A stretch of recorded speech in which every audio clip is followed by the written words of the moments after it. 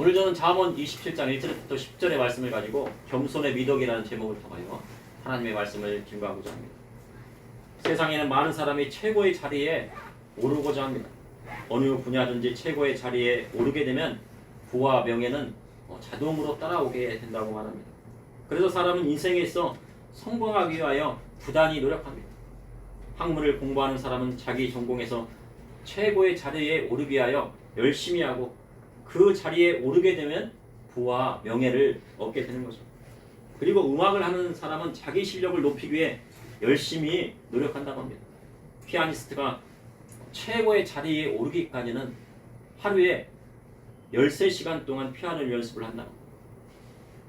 먹고 화장실 가는 시간 빼고 13시간 동안 끊임없이 앉아서 피아노 연습을 합니다.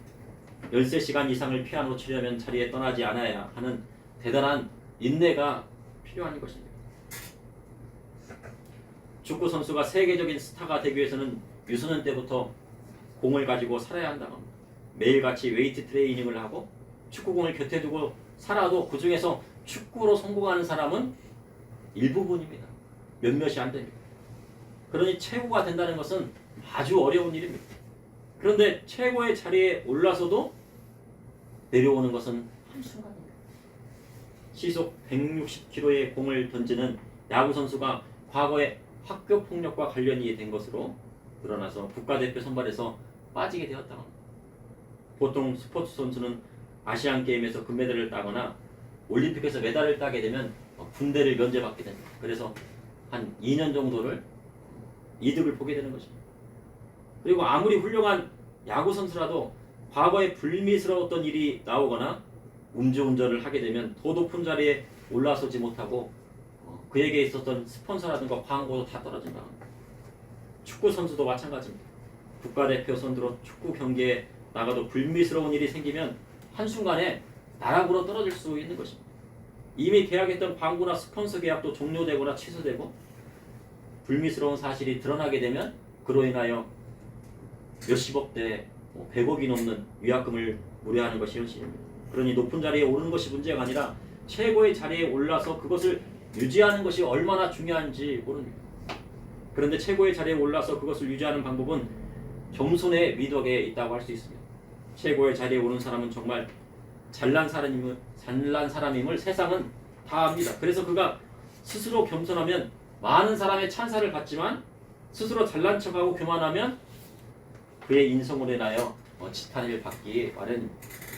오늘 본문 잠언 27장을 보니 사람에게 인성이 중요하고 겸손의 미덕이 얼마나 그를 높이는지 성경은 기록하고 있습니다. 이를 통해 이 시대를 살아가는 저와 우리 성도님이 하시는 하나님의 말씀은 무엇인지 여러분과 함께 나누고자 합니다. 첫째, 겸손의 미덕은 하나님께서 믿음의 성도에게 원하는 덕목 중에 하나인 것입니다. 잠언 27장 1절에 너는 내일 일을 자랑하지 말라. 하루 동안에 무슨 일이 일어났는지 내가 알 수 없음이니라. 잠언 말씀에 너는 내일 일을 자랑하지 말라고 하셨습니다. 사람은 최고의 자리에 올라서면 자랑하고 싶은 마음이 생깁니다. 남들보다 조금 더 잘 살게 되면 자랑하고 싶습니다. 때로는 상위권 대학에 붙었다고 또 자랑합니다. 아니면 좋은 직장에 취직했다고 또 자랑을 합니다. 그리고 투자해서 돈을 많이 벌었다고 자랑합니다. 어떤 사람은 20평에서 30평 아파트로 이사를 했어 그래서 자랑합니다. 근데 그 친구가 나중에 다른 친구 집에 갔더니 그 집은 강남에 있는 50평이라는 거예요. 그렇게 집도 평수에 따라 자랑합니다. 그런데 내일 일에 대해 자랑하는 것이 하나님 앞에 교만이 됨을 말씀하고 있습니다. 성경에 한 부자가 그 밭에 소출이 풍성했습니다. 마음에 생각하기를 곡식을 쌓아둘 곡간이 부족하니 있었던 곡간을 헐어버리고 큰 창고를 지어서 그곳에 가득 물건과 곡식을 쌓아두고자 했습니다. 그리고 자신의 영혼에게 말하기를 열에 쓸 물건을 많이 쌓아뒀으니 평안히 쉬고 먹고 마시고 즐기자 하였습니다. 여기까지 생각해보면 부자로 그의 소출이 많아 돈을 많이 벌고 물건과 남은 곡식을 쌓아두는 것이 무엇이 잘못되었는가?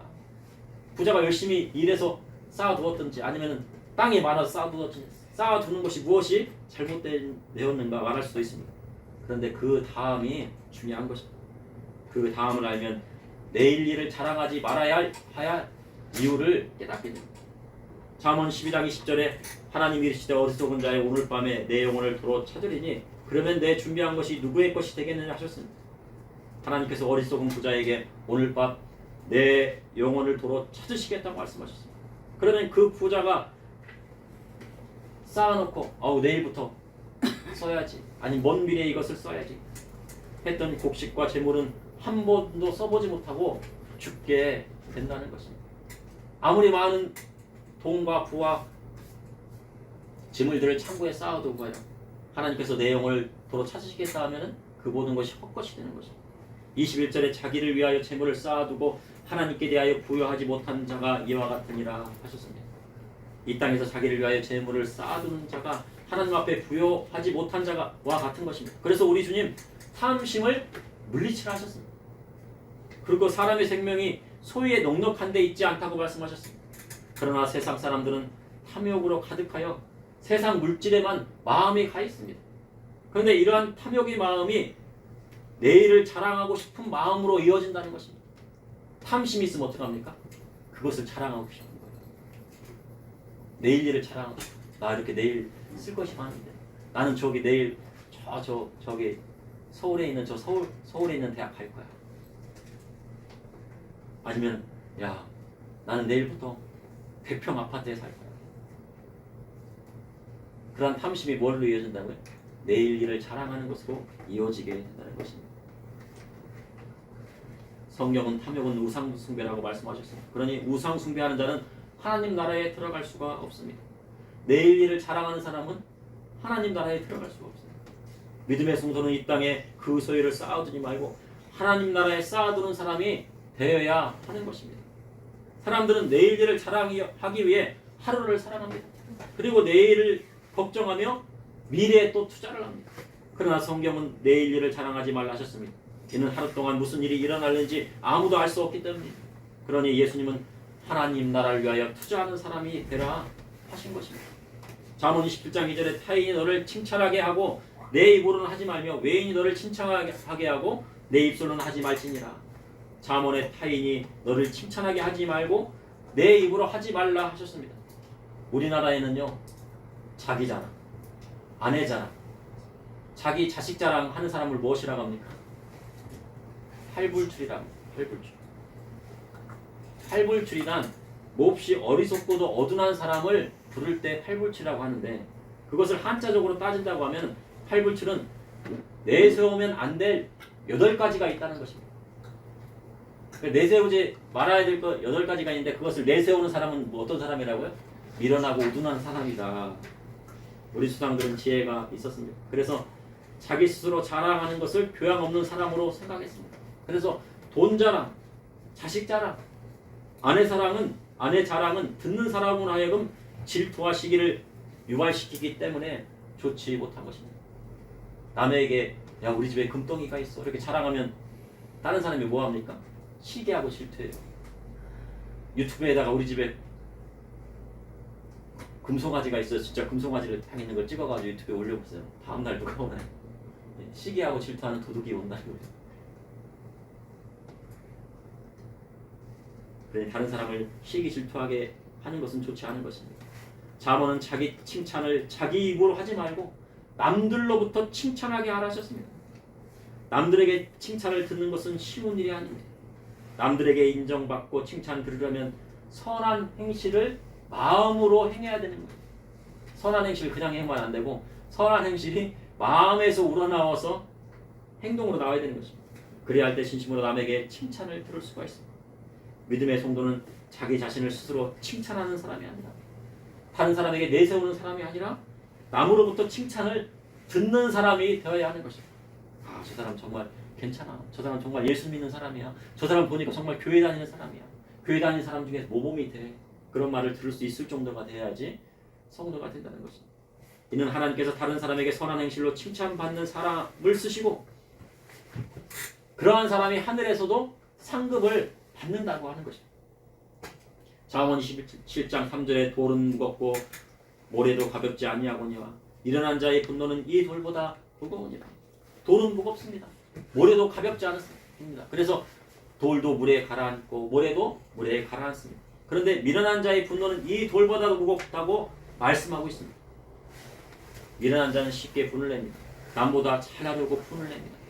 최고의 자리에 올라섰음에도 그 자리보다 더 높은 자리에 오르고 싶은 마음에 분내고 화를 냅니다. 그리고 결국 그 자리에서 어떻게 됩니까? 내려오거나 아니면은 그 자리에서 유지하지 못하고 있다가 다른 사람에게 내침을 당할 수도 있는 것입니다. 최근 축구계에서 탁구 게이트가 나왔다고 합니다. 축구인데 무슨 탁구를 칩니까? 현재 부산에는 세계 탁구 선수권 대회가 한창이라고 합니다. 부산에 세계 탁구 선수권 대회가 열리는 것을 아시고 계셨나요? 네, 지금 열리고 있답니다. 그런데 탁구 게이트로 주목받지 못했던 세계 탁구 선수권 대회가 시선이 집중이 되었다고 합니다. 아니 무슨 축구에서 무슨 탁구 게이트야. 그렇지. 세계 탁구 선수권 대회가 지금 열리고 있지. 그렇게 하더라는 거예요. 현재 축구계에 탁구로 인하여 큰 논란이 일었답니다. 몇몇 젊은 선수들이요. 다음날 4강 축구전이 열리고 있는데요. 고참들이 탁구 치지 말고 좀 체력을 비축해뒀다가 내일 열심히 뛰자 그렇게 하는데요. 말을 듣지 않았다고 합니다. 어찌 보면 젊은 사람들이 탁구를 칠 수도 있는 것이 아니어야 하지만 축구에서는 팀워크가 중요합니다. 팀보다 더 위대한 선수는 없다라고 하는 말이 있습니다. 선수 개개인이 서로 하나 되어 팀을 움직여야지 팀이 되는데 주장의 말을 듣지 않고 분노하여 위계 질서를 무너뜨렸을 뿐만 아니라 팀에 대하여 큰 상처를 입혔다고 합니다. 그리고 그러한 것이 다음날 경기에 그대로 나타났다는 거예요. 유효 슈팅이요 한 번도 없었대요. 골대를 향해서 공을 찬 것이 한 번도 없었다는 거예요. 유효 슈팅 한 개가 없었다는 거예요. 이를 듣게 된 국가대표팀을 응원하는 많은 국민들이요 분노하였다고 합니다. 밤을 새서 그걸 반 사람들이 있었을 것입니다. 특히 군필자들이 많이 분노했다고 합니다. 남자 하면 군대고 남자가 군대 얘기를 많이 하는데 군대 얘기할 때 꼭 하는 얘기가 뭡니까? 축구 얘기합니다. 군대에서 축구하는 얘기를 하는 거예요. 그런데 대부분 군 면제 받은 선수들이 나라를 대표하여 나갔는데 축구는 제대도 안 하고 서로 싸움을 하여 위계 질서를 무너뜨릴 뿐만 아니라 경기까지 망쳐놓았으니 논란이 일고 있는 것입니다. 그러니 군필자들은 군대 안 갔다 온 티가 그대로 나왔다고 말합니다. 야 군대 가서 좀 위계 질서를 배워야 되는데 우리나라는 남자가 철이 들려면 군대를 갔다 와야 한다는 말이 있습니다. 이는 별것이 아닌 것 같지만 현재 발생한 위계 질서의 붕괴는 그 조직을 쉽게 무너뜨릴 수 있기 때문입니다. 현재 위계 질서의 붕괴는 축구뿐만 아니라 교육계, 의료계, 정치할 것 없이 사회 전반에 깔려 있습니다. 학생들을 가르쳐야 할 선생님들이 교육하기가 어렵다고 힘들다고 거리에 나오는 것을 보게 되었습니다. 왜 선생님들이 거리에 나가서 학생들을 가르치지 못하겠다고 막 그럽니까? 위계 질서가 붕괴돼서 그래요. 병원의 전공의들이 히포크라테스의 정신을 이어받아서 의사가 되겠다고 했는데 환자를 두고 집단으로 사직서를 내 병원을 떠났다고 합니다. 그러니 치료를 받아야 하고 수술 받아야 되는 환자들이 막 이렇게 있는데 의사 선생님들이 떠난다고 전공의들이 레지던트나 인턴들이 떠난다고 하니 대학병원의 한 40%는 레지던트나 인턴이라고 합니다. 환자를 두고 떠났으니 어떻게 해야 됩니까? 그리고 앞으로 병원들은 어떻게 해야 됩니까? 사범수의 12의 혈우증 앓던 여인은 의원들을 따라다니며 전 재산을 다 허비했다고 고백했습니다. 12해 동안 그 병을 고치려고 어떻게 해요? 의원들을 막 따라다니는데 의원들은 고치지는 못하고 자기 전 재산을 다 허비하고 남은 것도 없고 희망도 없어요. 그러니 성경에 돈만 밝히는 의원들이 있었다는 것입니다. 당시 의원들은 환자에게 많은 돈을 받고도 12의 혈루증을 걸린 여인을 고치지 못했다는 것입니다. 그러니 그들은 최고의 의원이 될 수 없는 것입니다. 그러나 우리 주님은 없이 병자를 고치셨습니다. 그래서 주님은 최고의 의사이시지만 항상 겸손하신 것입니다. 그러니 최고에 올라서는 것이 중요한 것이 아니라 최고의 자리에 올라섰을지라도 먼저 겸손한 것이 중요합니다. 이러한 겸손은 올바른 인성에서 오는 것입니다. 의사 선생님들이 왜 병원을 떠났습니까? 전공의들이. 자, 둘째, 잠언에 바르게 훈계하고 책망하는 것이 숨은 사랑보다 낫습니다. 잠언 27장 4절에 부는 잔이라고 노는 창수 같거니와 투기 앞에야 누가 소리요. 분이 쌓이게 되면 사람의 몸과 마음을 무너뜨리게 됩니다. 항상 누군가를 저주하고 분노에 휩싸이면 그 사람을 막 마음으로 막 저주하고 막 죽이려고 그래요. 그러면 상대방이 죽는 것이 아니라 누가 죽어요? 그 분을 쌓은 사람에게 오는 것입니다. 그래서 분은 쌓지 말아야 정신건강에 좋은 것입니다. 또한 화를 많이 내는 것은 정신건강에 좋지 않다고 합니다. 화를 많이 내는 사람은 그만큼 스트레스를 많이 받고 있다는 뜻이라고 합니다. 스트레스란 외부의 공격에 대해 신체를 보호하기 위한 심리적인 과정이라고 합니다. 그러니까 외부에서 막 공격이 오니까 어떻게 해요? 그것을 방어하기 위해서 심리적으로 스트레스를 받는 거예요. 그래서 되도록이면 스트레스를 받지 않는 것이 중요합니다. 그리하려면 마음을 강하게 다잡고 흔들리지 말아야 하는 것입니다. 어떠한 외부의 뭐 심리적인 어떤 압박이 온다고 해도 흔들리지 않는 마음, 강력한 멘탈을 갖고 있어야 돼요. 그리고 투기 앞에는 설 사람이 없다고 성경은 기록하고 있습니다. 투기란 질투나 시샘을 말합니다. 그런데 이 질투나 시샘은 남자보다는 여자들이 더 많다고 합니다. 근데 남자들도 질투나 시샘을 합니다. 투기하고 질투하는 사람 앞에서는 설 사람이 없습니다. 창세기에 보면 레아는 자식을 많이 낳고 라헬에게는 자식이 없었습니다. 그래서 라헬은 야곱의 사랑을 독차지했지만 자식이 없어 언니를 시샘했다고 성경은 기록하고 있습니다. 그러니 아무리 남편 야곱이라도 시샘하는 라헬 앞에서는 어찌할 바를 모릅니다. 투기하는 자 앞에서는, 시샘하는 자 앞에서는 어떤 사람이 그 사람 앞에 설 수 있겠습니까? 설 수 없는 것입니다. 그러나 하나님께서 시샘하는 라헬에게도 결국 자식을 주셨습니다.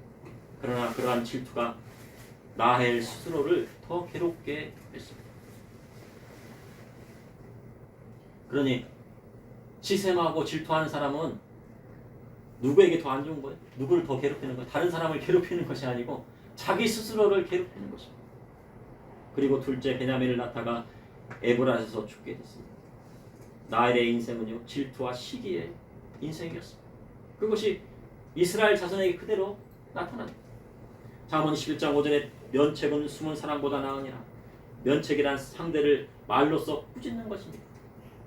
부모의 자식에 대한 책망은 숨은 사랑보다 나은 것입니다. 세상에 사랑으로만 잘 되는 자식은 없습니다. 사랑을 많이 해주면 자식이 잘 되겠지. 하지만 사랑을 많이 준다고 자식이 잘 되는 것이 아닙니다. 어떨 때는 아비의 훈계와 어미의 법을 따르는 아들이 세상에서 잘 되는 것입니다. 사랑도 좋아야 되지만 잘못된 것을 보게 되면요, 훈계하고 책망을 해야 하는 것입니다. 그리고 책망을 듣고 자란 자식이 최고의 자리에서도 올라서 무엇합니까? 겸손합니다.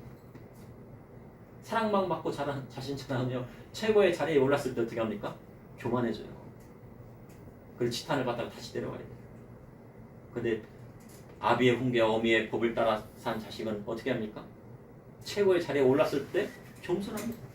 아무리 재주가 좋고 천재적이라 하더라도 부모님의 훈계를 듣지 않고 자란 사람은 대바라져서 최고의 자리에 올라서도 겸손하지 못하고 그 자리에서 내려와야 하는 시세가 되는 것입니다. 그러니 실력도 중요하지만 그보다 더 중요한 것은 겸손의 마음이라는 것입니다. 믿음의 사람은 실력과 겸손을 두루 갖추어야 합니다. 착하기만 하고 실력이 없으면 사회에서 인정받을 수가 없습니다. 얘는 착한데 공부는 못해. 그러면 어떻게 해야 돼요? 실력이 없으면 어떻게 됩니까? 학이라도 따놔야 돼요. 학위. 그런데 학위 됐는데 인성이 못 되면 그것도 쓸만한 그릇이 되지 못하는 것입니다. 그러나 실력과 겸손을 두루 갖춘 사람을 하나님께서 크게 쓰시는 것입니다. 잠언 27장 6절에 친구의 아픈 책망은 충직으로 말미암는 것이나 원수의 잦은 입맞춤은 거짓에서 난 것이니라. 나이가 들어 진실한 친구 셋이 있다고 하면, 3명만 있다고 하면 그 사람은 성공한 인생이라 할 수가 있는 것입니다. 세상 사람은 진실한 충고를 하지 않으랍니다. 아픈 책망을 했다가 그 사람과 사이가 갈라지게 되면요, 서로 어떻게 돼요? 사회생활에서 싸우게 돼요. 사회는 철저한 이익에 의한 인간관계가 형성됩니다. 그래서 사람에게 서로 충고하지 않습니다. 그런데 진실한 친구의 아픈 책망은 충직에서 나오는 것입니다. 그러나 원수의 잦은 입맞춤은 거짓에서 난 것이라 하셨습니다. 잠언 27장 7절의 말씀 다 같이 합독하시겠습니다. 잠언 27장 7절의 말씀입니다. 배부른 자는 꿀이라도 싫어하고 줄인 자에게는 쓴 것이라도 더하리라. 아멘.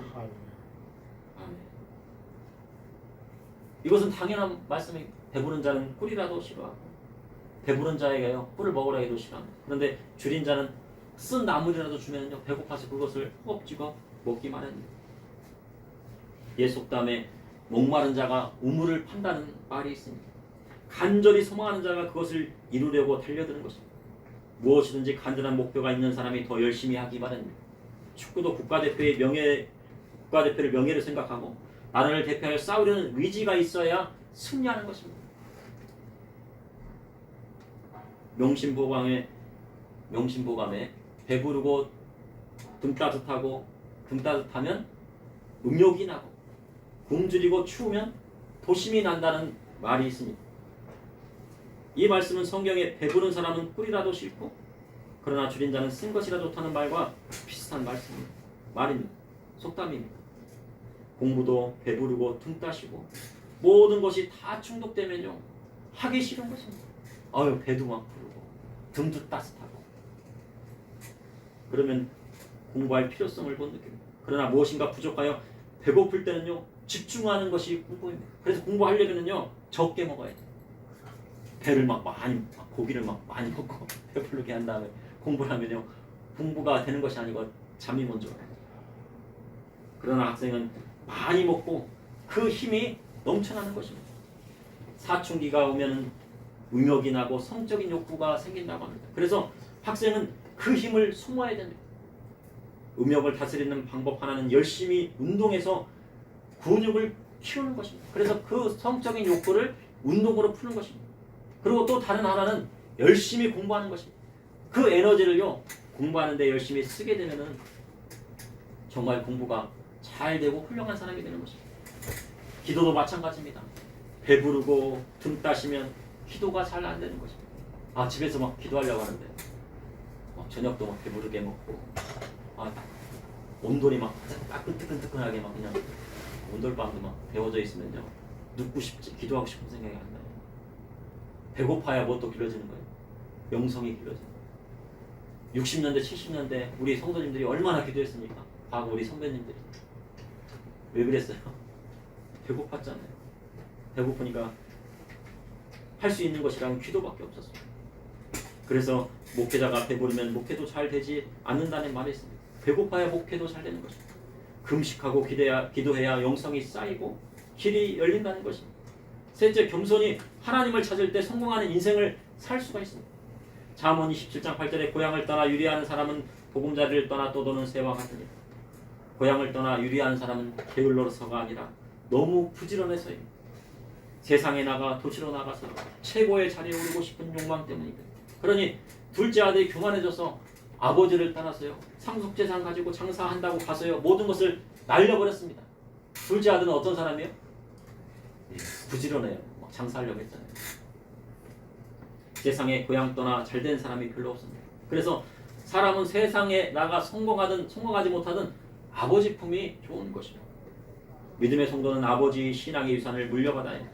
예수님께서 주신 하나님 나라를 물려받아야 합니다. 하나님 나라의 유산을 물려받아야 합니다. 그래야 할 때 인생에 안정감이 있는 것입니다. 우리나라와 쿠바가 수교하였다고 합니다. 그래서 북한이 난리가 났습니다. 쿠바는 무슨 국가입니까? 공산주의 국가예요. 그래서 북한이요, 우리하고 수교한 쿠바가 공산주의 국가고 수교했어. 그래서 뭐라고 합니까? 북한의 외교적인 입지가 점점 줄어들잖아요. 일본 김여정이가요, 일본의 기시다 총리를 북한의 평양에 초청해서요 손을 잡자고 하는 거예요. 그러니까 북한이 무슨 파예요 이제? 친일을 하고 있는 거예요. 지금. 우리 북한하고 일본하고 손잡자. 우리나라 어디하고 손잡으니까요? 쿠바하고 손잡자. 김여정의 계획은 뭡니까? 일본하고 친해져갖고 우리나라의 관계를 끊어내려고 하는 거야. 한미일 동맹을 끊어놓으려고 하는 거예요. 그러니까 일본하고 손잡으려고 하는 거예요. 그런데 우리와 수비한 공산국가 쿠바는요, 현재 심각한 인플레이션이 있다고 합니다. 뉴스에 보니까 쿠바는 공산국가이기 때문에 국민들이 다 연금을 받습니다. 근데 그 연금을 받아도요, 한 달 받은 연금으로 달걀 한 판 사기가 어렵답니다. 그런데 먹고 살기가 얼마나 어려운 것입니까? 차라리 연금을 받지 않고요, 닭을 키워서 달걀을 얻는 것이 더 나은 것 같습니다. 북한도 마찬가지입니다. 중국 공장에 일하던 북한 노동자 2,000명이 폭동을 일으켰다. 이례적으로 폭동을 일으켰는데, 그래가지고 그 중국의 공장 관리 감독관을요 죽였다는 거예요. 그래서 그 중에 2,000명 중에 적극적으로 가담한 200명을 어떻게 해요? 북한으로 이제 이송을 해가지고 이제 가면은 정치범 수용소나 이제 아우지 탄광으로 가겠죠. 그랬다는 거예요. 지금 북한이 이제 무너지기 일보 직전입니다. 그런데 북한이나 공산주의의 특징이 무엇입니까? 아버지보다 공산당이 앞섭니다. 아버지라도 당에 반하는 이야기를 하면 고발한다고 합니다. 그래서 북한에는 5 담당제가 있다는 거예요. 그래가지고 부모님이 잘못했는데 당에 이렇게 가서 막 일러 바쳤어요. 그랬더니 너 잘했다. 아버지를 일러 바쳤으니 잘했다. 엄마를 일러 바쳤으니 잘했다. 그런데 부모님을 고발하라고 가르치는 나라와 민족은 보금자리를 떠나 떠도는 새와 같은 것이에요. 잘 될 수가 없어요. 잠언 27장 9절에 기름과 향이 사람의 마음을 즐겁게 하느니 친구의 충성된 공고가 이와 같이 아름다우니라. 기름이 사람을 즐겁게 합니다. 그래서 장사를 하려고 해도요, 뭐 비빔밥 이런 게 파는 게 아니라 고기를 팔아야 한다고. 많은 돈을 벌려면요, 무슨 삼겹살이나 막 소고기나 이런 것을 구워주는 것을 팔아야 돼요. 그래서 음식 장사도 돈이 된다는 거예요. 기름진 것을 해야지. 그리고 향기로운 향이 사람의 기분을 좋게 합니다. 이와 같이 친구의 충성된 공고가 아름다운 것입니다. 정말 친한 친구끼리는 꺼리낌 없이 주고받는 대화가 사람의 마음을 편하게 합니다. 그래서 친한 친구를 버리지 말고 가까이 하는 것도 인생의 한 지혜가 되는 것입니다. 사람은 항상 최고의 자리에 있는 것이 아닙니다. 인생에서 최고의 자리는 보통 50대에 있다가 50대 최고 직급이 딱 올라가다가 60대가 되면 어떻게 해요? 은퇴를 해야 돼요. 그 자리에서 내려와야 돼요. 60대가 되면 그 자리에서 내려와 은퇴해야 됩니다. 60대가 되었는데 자신이 최고의 자리에 있다고 생각하면 착각입니다. 인생은 올라갈 때가 있고 내려갈 때가 있습니다. 내려갈 때는 누가 필요합니까? 올라갈 때는요, 친구들이 많이 없어도 돼요. 사람들이 막 몰려들잖아요. 막 서로 막 뽑았더니. 근데 인생에서 내려갈 때는 누가 필요해요? 친구가 필요해요. 다른 사람 다 떠나고 정말 진실한 친구만 남는 거예요. 그 진실한 친구 셋만 있으면 그래도 인생에 성공했다는 거예요. 내려갈 때 누가 필요합니까? 친구가 필요합니다. 그리고 아버지가 계시면 좋겠지만 아버지는 벌써 세상을 떠나신 경우가 많습니다. 50대나 60대가 딱 되면요, 아버지는 벌써 세상을 떠나셨어요. 잠언 27장 10절에 내 친구와 내 아버지의 친구를 버리지 말며 내 환난 날에 형제의 집에 들어가지 말지니라. 가까운 이웃이 먼 형제보다 나으니라. 최고의 자리에서 내려와야 할 때 진정한 친구가 필요합니다. 그리고 아버지의 친구분들이 의지가 되는 것입니다. 환난 동안에 그동안 연락도 안 하다가요, 어려움이 생겼다고요. 어려운 일이 생겼다고요. 연락도 안 하던 친척에게 연락을 하면요, 아무리 가까운 친척이라도 싫어합니다. 야, 네가 잘났을 때는 연락 한 번도 안 하다가 갑자기 고난이 생겼다고 우리한테 연락을 해. 차라리 가까운 이웃이 먼 형제보다 나은 것입니다. 그래서 믿음의 성도는 항상 겸손해야 됩니다. 최고의 자리에 올라서고 잘 나갈 때는 형제나 친척을 찾지 않다만, 환난이 오고 어려움이 올 때만 형제를 찾는다면 좋아할 친척이 어디 있고 좋아할 형제가 어디 있겠습니까? 그런데 요셉은 자기에게 어려움이 왔을 때 20년 동안은 홀로 있었어요. 왜 그 20년 동안 형제들 왜 안 찾았어? 그러다가 최고의 자리에 올라서자 어떻게 돼요? 형제들을 찾게 되고 형제들을 돕고 집안을 일으켰습니다. 겸손한 자는 최고의 자리에 올라서도 교만하지 않고 형제들을 돌보는 사람이에요. 그래서 한 집안에 한 명만 잘 돼도요, 그 집안이 다 먹여 살 수 있는 거예요. 한 사람만 잘 돼서 기업을 일으키면요, 그 집안 전체를 다 먹여 살 수 있는 거예요. 우리 주는 고난 받으시고 십자가에 달려 들어가셨습니다. 주님 고난 받으실 때 홀로 그 고난을 다 이기셨어요. 모든 제자들이 어떻게 합니까? 다 도망가고 겨우 남은 것이 요한이 예수님의 십자가 밑에서 지켜보고 있습니다. 아무런 도움이 될 수가 없어요. 예수님 혼자서 십자가에 달리시고 그 고통을 다 당하셨습니다. 그리고 3일 만에 부활하시고 승천하시며 하나님 우편에 앉아 계시며 우리의 참 구주가 되셨습니다. 그래서 우리 주님은 최고의 인성을 가지신 겸손의 왕이신 거예요. 그 겸손을 누가 배워야 돼요? 믿음의 성도가 배워야 돼요. 그리고 완전한 신성을 가진 하나님이십니다. 현재 사순절 기간입니다. 예수님이 고난의 길을 가신 그 시기입니다. 우리 주님은 하늘 영광을 버리고 하나님의 형상을 입고 이 땅에 오신 하나님의 아들이십니다. 그래서 완전한 신성과 인성을 가지신 분이십니다. 우리 주님 온 우주 만물을 지으신 창조주이심에도 이 땅에 오셔서 항상 겸손하셨습니다.